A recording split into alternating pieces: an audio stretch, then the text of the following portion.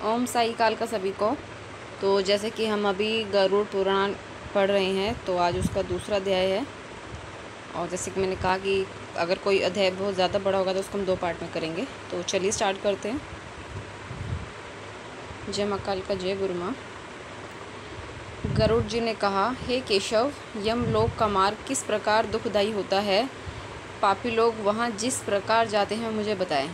तो कल वाले अध्याय में तो ये बताया गया था कि जब किसी आदमी की मृत्यु होती है तो उससे पहले उसको कैसा फील होता है और किस तरीके से उसकी डेथ होती है और क्या क्या उसके साथ होता है।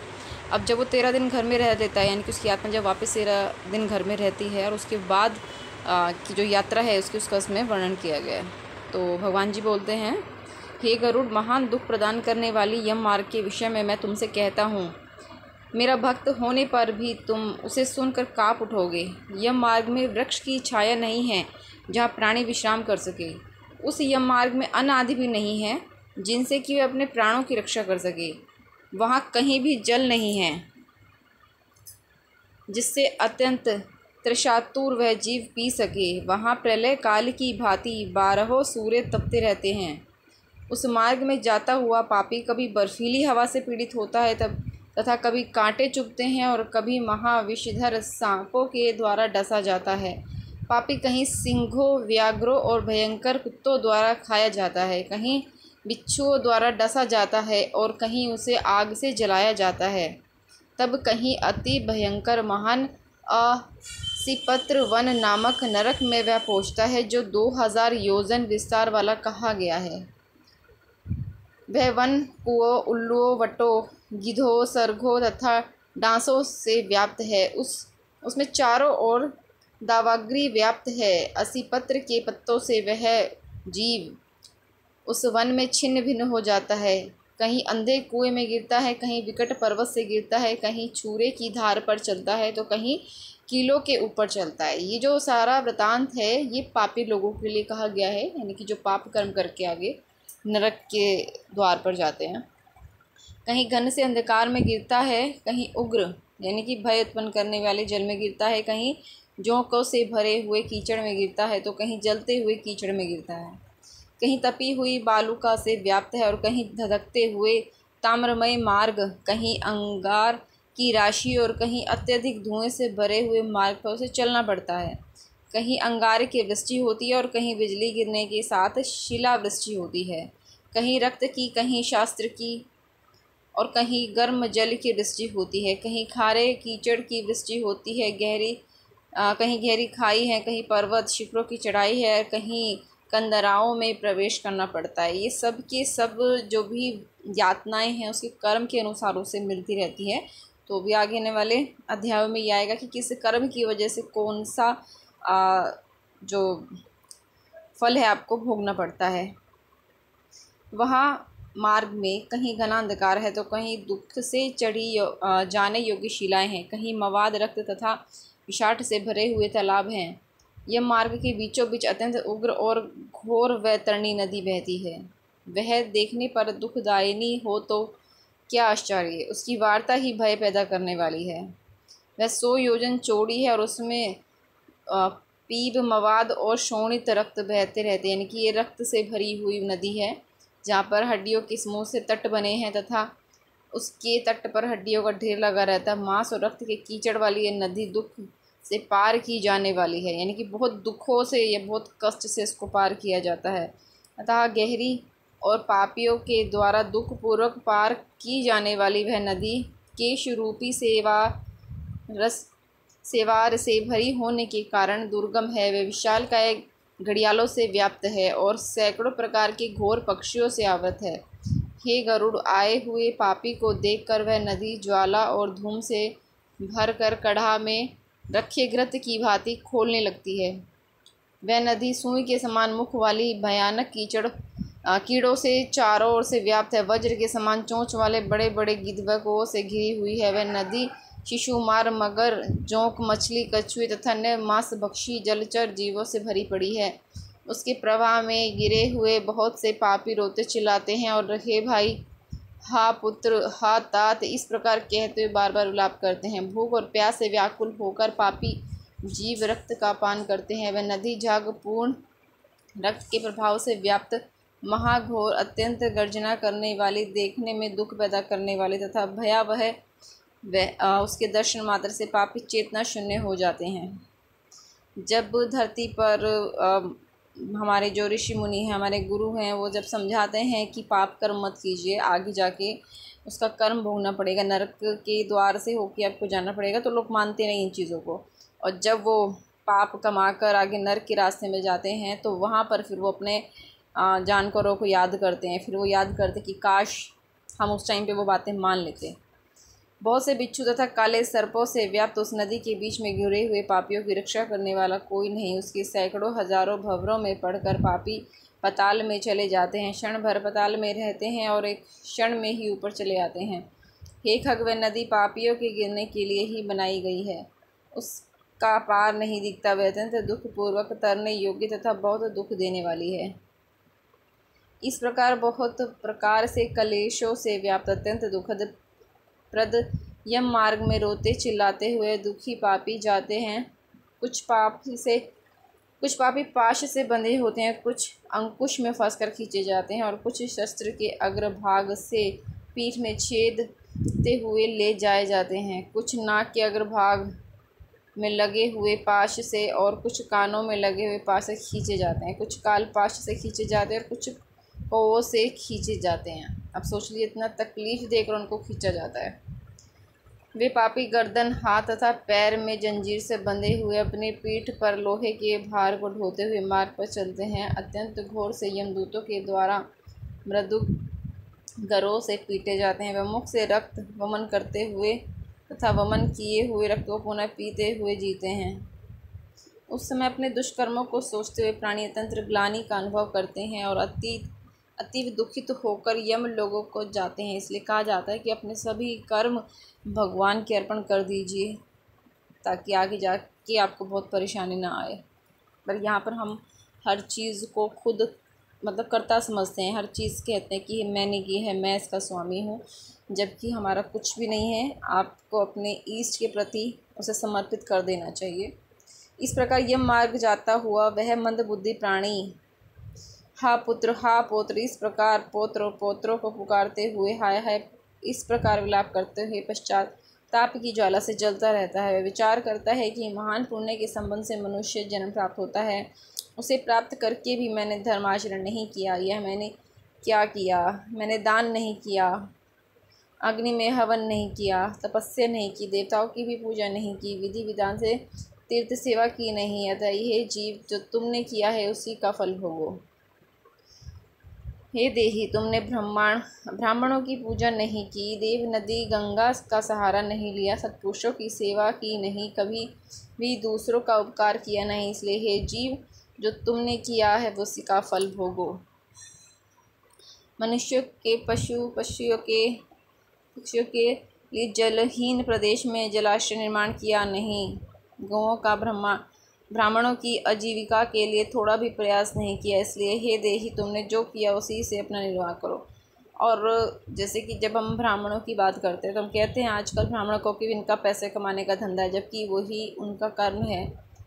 तो यहाँ बताया गया है कि आपने किसी भी तरह का दान पुण्य नहीं किया है, तो उसी के हिसाब से यहाँ पर भी आप अपना जीवन जो पृथ्वी लोक में आप दान देते हो वो यहाँ आकर आपको मिलता है।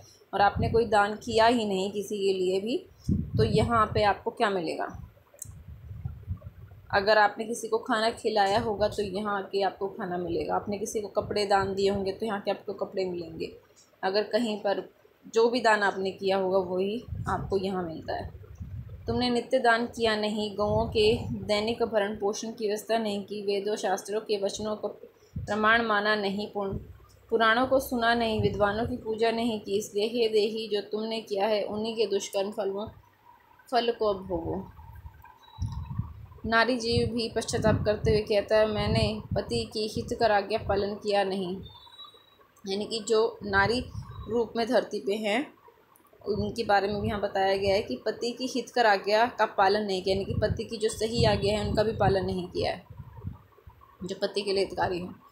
पतिव्रत्य धर्म का पालन नहीं किया, यानी कि पति की होने के बावजूद किसी और पुरुष के बारे में सोचना, और गुरुजनों को गौरवचित सम्मान का भी नहीं दिया। इसलिए हे देहिन, जो तुमने किया उसी का फल भोगो। धर्म की बुद्धि से एकमात्र पति की सेवा की नहीं और पति की मृत्यु हो जाने पर ब्राही प्रवेश करके उन्हें अनुगमन नहीं किया। वैधव्य प्राप्त करके त्यागमय जीवन व्यतीत किया नहीं। इसलिए हे देहिन, जैसा किया उसका फल अब भोगो। मास पर्यंत किए जाने वाले उपवासों से तथा चंद्रायण व्रतों आदि सुविस्तीर्ण नियमों के पालन से शरीर को सुखाया नहीं। पूर्व जन्मों में किए हुए दुष्कर्मों से बहुत प्रकार के दुखों को प्राप्त करने के लिए नारी शरीर प्राप्त किया था। इस तरह बहुत प्रकार से विलाप करके पूर्व देह का स्मरण करते हुए मेरा मानव जन्म शरीर कहाँ चला गया, इस प्रकार चिल्लाता हुआ यम मार्ग में चलता है। ताक्षर इस प्रकार 17 दिन तक अकेले वायु वेग से चलते हुए 18वें दिन वह प्रेत सौम्यपुर में जाता है। उस रमणीय श्रेष्ठ सौम्यपुर में प्रेतों का महान गण रहता है।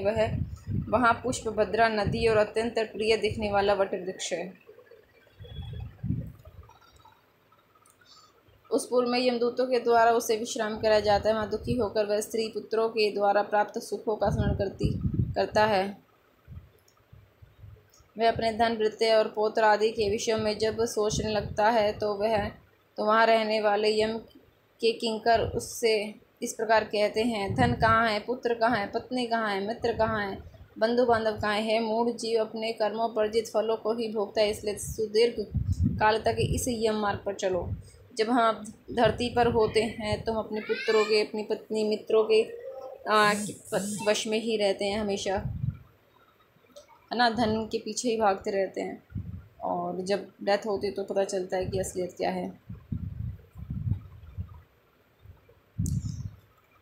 हे परलोक के राही, तू ये जानता है कि राहीगरों का बल और संबल पाथेय ही होता है, जिसके लिए तूने प्रयास तो किया नहीं। तू यह भी नहीं जानता था कि तुम्हें निश्चित ही उस मार्ग पर चलना है और उस रास्ते पर कोई भी लेन देन हो नहीं सकता। यह मार्ग तो बालकों को भी विदित रहता है। मनुष्य, क्या तुमने इसे सुना नहीं था? क्या तुमने ब्राह्मणों के मुख से पुराणों के वचन सुने नहीं थे? इस प्रकार कहकर मुदगरों से पीटा जाता है और वह जीव गिरते पड़ते दौड़ते हुए बलपूर्वक पाशों से खींचा जाता है। यहाँ स्नेह अथवा कृपा के कारण पुत्र पौत्रों द्वारा दिए हुए मासिक पिंड को खाता है। उसके बाद वह जीव सौरीपुर को प्रस्थान करता है। उस सौरीपुर में काल के रूप को धारण करने वाला जंगम नामक राजा रहता है। उसे देखकर वह जीव भयभीत होकर विश्राम करना चाहता है। उस पुर में गया हुआ वह जीव अपने स्वजनों के द्वारा दिए हुए त्रैपाक्षिक अन्न जल को खाकर उस पुर को पार करता है। उसके बाद शीघ्रतापूर्वक वह प्रेत नागेंद्र भवन की ओर जाता है और वहाँ भयंकर वनों को देखकर दुखी होता है। दया रहित दूतों के द्वारा खींचे जाने पर वह बार बार रोता है और 2 मास के अंत में वह दुखी होकर वहाँ जाता है। बांधवों द्वारा दिए गए पिंड जल वस्त्र का उपभोग करके यम किंकरों के द्वारा पाश से बार बार खींचकर पुण्य आगे ले जाया जाता है। 3रे मास में वह गंधर्व नगर को प्राप्त करता है। वहाँ त्रैमासिक पिंड को खाकर आगे चलता है। 4थे मास में वह शैल गमपुर के गुर में पहुँचता है और वहाँ प्रेत के ऊपर बहुत अधिक पत्थरों की वर्षा होती है। 4थे मासिक पिंडों को खाकर वह कुछ सुखी होता है। उसके बाद 5वें महीने में वह प्रेत क्रौंचपुर पहुँचता है। क्रौंचपुर में स्थित वह प्रेत वहाँ बांधवों द्वारा हाथ से दिए गए 5वें मासिक पिंड को खाकर आगे क्रूरपुर की ओर चलता है। देखिए, हर महीने जब डेथ के बाद हर महीने पिंडदान दिया जाता है और बहुत से घरों में मैंने देखा है कि सिर्फ 13 दिन का जो पिंड देकर उसके बाद कुछ भी नहीं करते, बल्कि पूरी जो 1 साल की वो होती है प्रक्रिया वो पूरी कर देते हैं। जबकि इसको हमें 1 साल पूरा करना चाहिए। हर महीने हमें ये पिंडदान करना चाहिए ताकि हमारे पितरों को या जिसकी मृत्यु हुई है उसको आगे जाके वो भोजन मिल सके, पर हम लोग नहीं करते हैं। हमें अपने घर के त्यौहार मनाने ज़्यादा ज़रूरी लगते हैं, तो ऐसा ना कीजिए। ज़रूर अगर किसी की मृत्यु हो गई है तो उसके लिए हर महीने उसका पिंडदान निकालिए। 5.5 मास के बाद उन षणामासिक पिंड और घटदान से तृप्त होकर वह आधे मुहूर्त तक विश्राम करके यमदूतों के द्वारा डराए जाने पर दुख से कांपता हुआ उस पुर को छोड़कर चित्रभवन नामक पुर को जाता है। वह यम का छोटा भाई विचित्र नाम वाला राजा राज्य करता है। उस विशाल शरीर वाले राजा को देखकर वह जीव डर से भागता है। तब सामने आकर धीवर कैवर्त उससे यह कहता है, हम इस महावैतरणी नदी को पार करने वालों के लिए नाव लेकर आए हैं। यदि तुम्हारा इस प्रकार का पुण्य हो तो उसमें बैठ जाओ। तत्वदर्शी मुनियों द्वारा दान को ही वितरण देना या बांटना कहा है। यह वैतरणी नदी वितरण के द्वारा ही पार की जा सकती है, इसलिए इसको वैतरणी नदी कहा जाता है। जब यहाँ दान की बात की जाती है तो ज़रूरी नहीं, कुछ लोग कहेंगे कि हमारे पास दान देने योग्य राशि ही नहीं है, तो यहाँ पर सिर्फ दान पैसे को नहीं कहा गया है, आप किसी भी चीज़ का दान कर सकते हो। यानी कि आपका जो भाव है वो देने के लिए होना चाहिए, उसे दान की प्रक्रिया में रखा जाता है। आपके भोजन का भी दान हो सकता है। मान लीजिए भोजन कर रहे हैं, आपके पास में, आपके पड़ोस में कोई मित्र हो सकता है, कोई भी आ सकता है और कोई और भोजन नहीं है खाने के लिए, तो आप अपने में से आधा भोजन उन्हें दे सकते हैं, तो ये भी दान के अंदर ही आता है। यदि तुमने वैतरणी गौ का दान किया हो तो नौका तुम्हारे पास आएगी, अन्यथा नहीं। उनके ऐसे वचन सुनकर प्रेत का हाँ देव ऐसा कहता है। उस प्रेत को देखकर नदी खोलने लगती है और उसे देखकर प्रेत अत्यंत विलाप करने लगता है, जिसने अपने जीवन में कभी दान ही नहीं है दिया ही नहीं है, ऐसा पातना उसे वैतरणी में डुबोता है। तब आकाश मार्ग से चलने वाले दूत उसके मुख में कांटा लगाकर वंशी से मछली की भांति उसे खींचते हुए पार ले जाता है। वहाँ षाण्मासिक पिंड खाकर वह अत्यधिक भूख से पीड़ित होकर विलाप करता हुआ आगे के रास्ते पर चलता है। 7वें मास में वह ब्रहापदपुर को पहुँचा है और वहाँ अपने पुत्रों द्वारा दिए हुए 7वें मासिक पिंड को खाता है। पक्षी राजगुरु उस पुर को पार कर वह दुखद नामक पुर को जाता है। आकाश मार्ग से जाता हुआ महान दुख को प्राप्त करता है।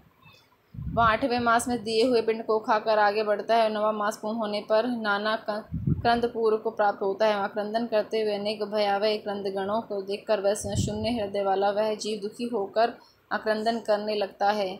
उस पुर को छोड़कर वह यमदूतों के द्वारा भयभीत किया जाता हुआ 10वें महीने में अत्यंत कठिनाई से सुतप्त भवन नामक नगर में पहुँचता है। वहाँ पुत्र आदि से पिंडदान और जलांजलि प्राप्त करके भी सुखी नहीं होता। 11वां मास पूरा होने पर वह रौद्रपुर को जाता है और पुत्र आदि द्वारा दिए हुए 11 मासिक पिंड को खाता है। 11.5 मास बीतने पर वह जीव पयोवर्षण नामक नगर में पहुँचता है। वहाँ प्रेतों को दुख देने वाले मेघ घनघोर वर्षा करते हैं। वहाँ पर दुखी वह प्रेत उनाबिदक श्राद्ध के पिंड को खाता है।